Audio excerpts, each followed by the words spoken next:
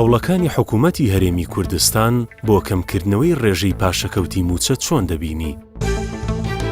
ئەم هەنگاوەی حکوومەت پێم شتێکی باشە، بەڵام پێویستە حکوومەت زیاتر لە خزمەتی هاوڵاتیاندا بێت، چونکە بەڕاستی هەست دەکەم حکوومەت خەڵکی خۆی بە تەواوی فەرامۆش کردووە. ئەمەش بۆتە هۆی ئەوەی کە سیقە و متمانە لەنێوان خەڵک و حکوومەتدا نەمێنێت.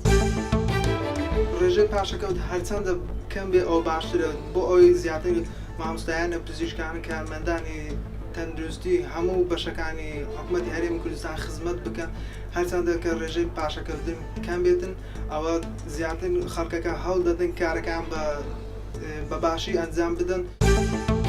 من وەکو گەنجێ دڵخۆش بووم بەو هەنگاوی حکوومەت، چونکە ئەمە کاریگەریەکی پۆزتیڤ دەخاتە ناو ژیان و گوزەرانی خەڵک.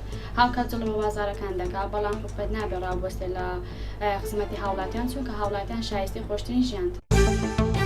لە حکوومەتی هەرێمی کوردستان دەکەم بەهۆی کەمکردنەوەی ڕێژەی پاشەکەوتنی موچە. بەڕاستی ئەمە هەوڵێکی زۆر باش بوو کە حکوومەتی هەرێمی کوردستان دای کە توانێت کەمکردنەوەی پاشەکەوتکردنی موچە بۆ هاوڵاتیانی خۆشەویست، مامۆستایان، فەرمانبەران بەمە ژوای کرد تا ڕادەیەک دەنگی ناڕەزایی کەمتر ببێتەوە بۆی کەمکردنەوەی پاشەکەوتنی موچە.